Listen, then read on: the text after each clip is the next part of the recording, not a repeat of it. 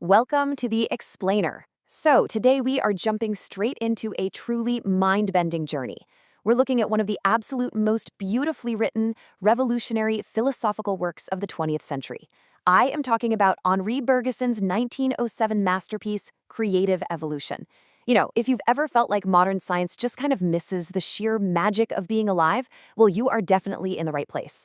Bergson absolutely shattered the scientific dogmas of his time, and we're going to unpack exactly how he pulled that off. All right, let's jump right in. Think about it. Are you just a complex biological machine? Modern science really tends to describe life in this super cold, mechanistic way, right? Almost like you're just a series of chemical reactions executing some pre-programmed script. But actually think about your everyday human experience.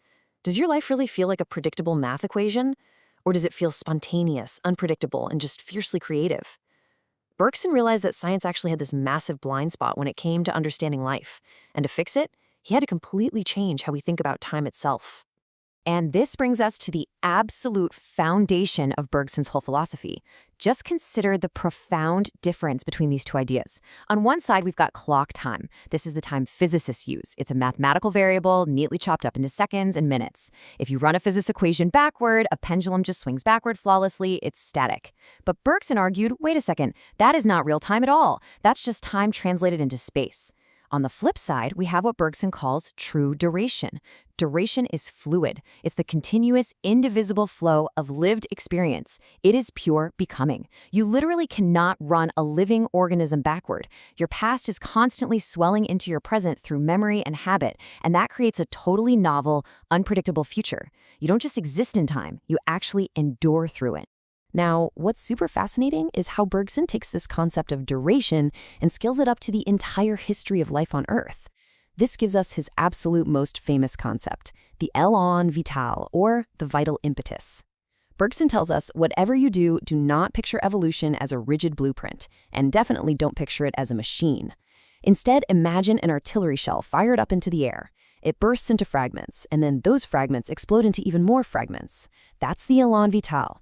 It's this original, explosive, creative impulse. It's the internal drive of life just constantly pushing against the heavy resistance of inert matter, creating absolute novelty as it unfolds through duration. This idea completely upended the scientific consensus of Bergson's day. He was basically up against two dominant views. First, radical mechanism, which is the idea that evolution is just blind, random mutations acting like a roll of the dice.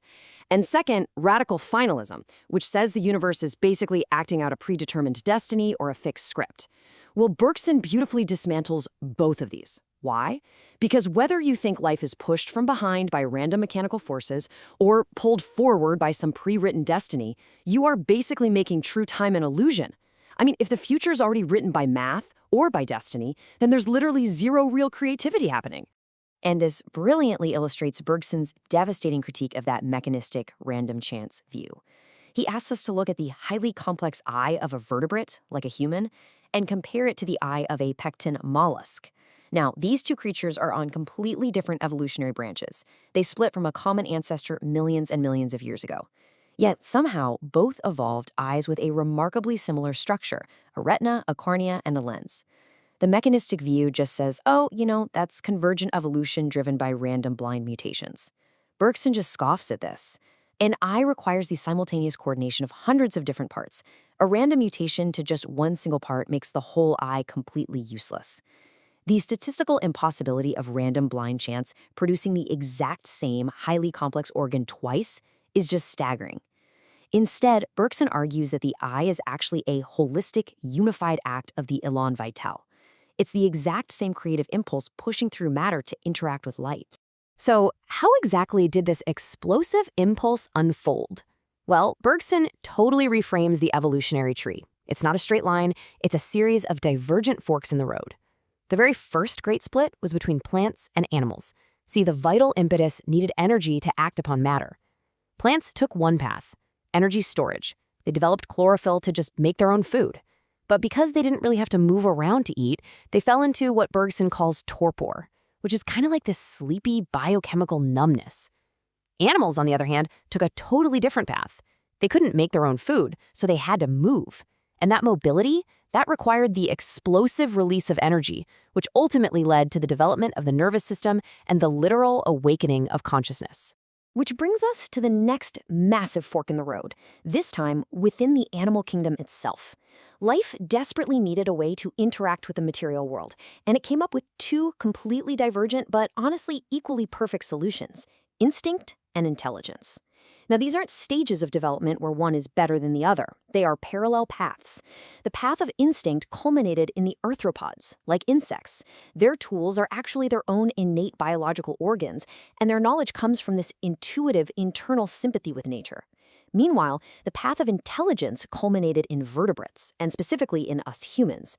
Our tools are artificial, forged from inert matter completely outside our bodies, and our knowledge is based on external spatial manipulation. To really grasp just how absolutely perfect instinct is, consider the Ammophila wasp. This is wild. When it's time to lay her eggs, she finds a very specific type of caterpillar and uses her stinger to strike the exact nerve centers that govern movement. She perfectly paralyzes it without actually killing it, which ensures fresh, living meat for her larvae. Now, a mechanistic scientist would look at this and say, oh, she learned this through trial and error. But Bergson points out that a trial and error wasp would have literally gone extinct millions of years before figuring out perfect insect neurosurgery. No, the wasp has an innate, intuitive sympathy with the caterpillar because they both share the exact same Élan Vital.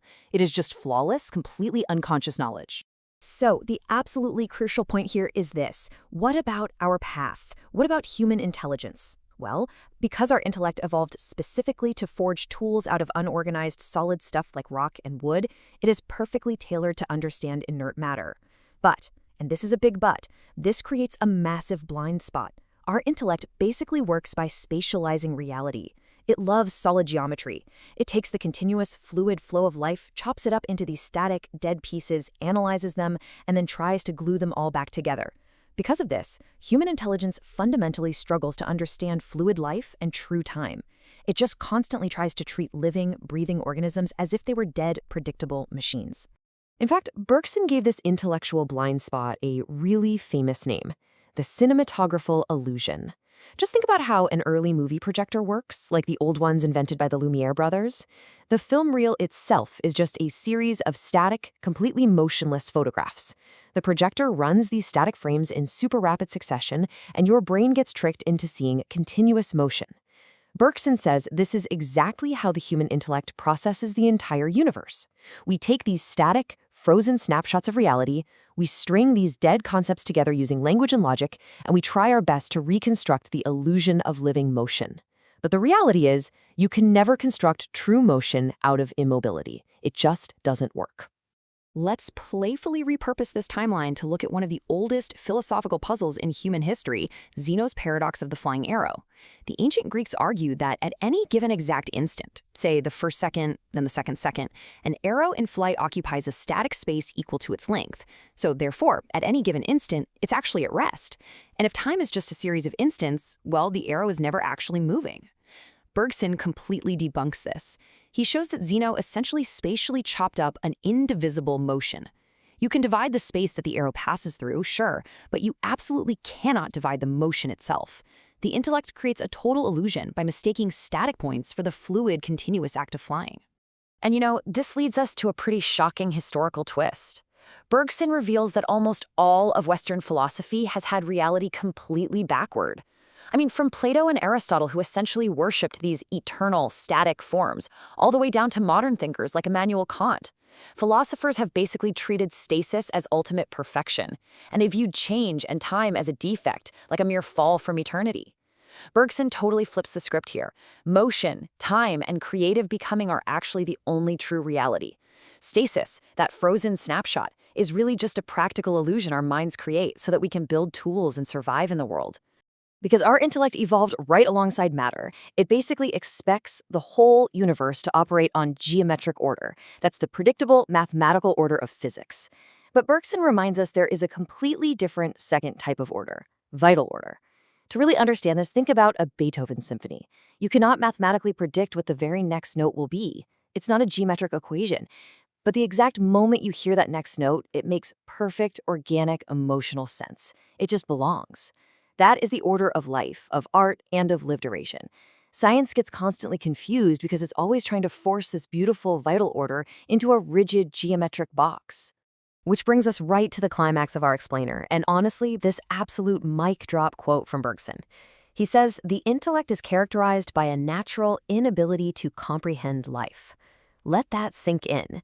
If we rely solely on our scientific intellect, on logic, math, and spatial analysis, we are only ever going to see a dead, mechanistic universe slowly winding down toward entropy.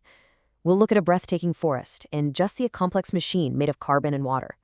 We'll look at ourselves and see nothing but biological algorithms. So, what's the way out? What is Bergson's ultimate solution to break free from this cinematographical illusion? Well, he introduces this incredible philosophical leap called intuition. Remember earlier how instinct had that profound internal sympathy with life? Well, intuition is basically instinct that has become completely self-conscious and reflective. Instead of using our intellect to look outward at dead matter, intuition allows us to look inward. By turning our focus inside, we can essentially bypass those rigid categories of the brain and actually feel the continuous, flowing duration of our own consciousness. We can directly experience the Élan Vital flowing right within ourselves. Let's summarize the grand metaphysical takeaway here, because it seriously paints such a beautiful picture of reality. The universe is essentially defined by two opposing currents. Matter is the downward current. It is entropy. It's that heavy, inevitable dissipation of energy. But life, the Élan Vital, is the upward current. It is a spiritual, fiercely creative force that is temporarily reversing decay. Think of life as a spectacular fireworks shooting upward against the pull of gravity. That brilliant bursting light, that's life. The dead ashes falling back to earth, that's matter. And through intuition, we finally realize that we are not just mere cogs in some cosmic machine. We are localized centers of that incredible upward creative action. I want to leave you with one final provocative thought today. In our modern world, we are just constantly surrounded by artificial intelligence, predictive algorithms, and this really subtle pressure to view ourselves as nothing more than programmable data.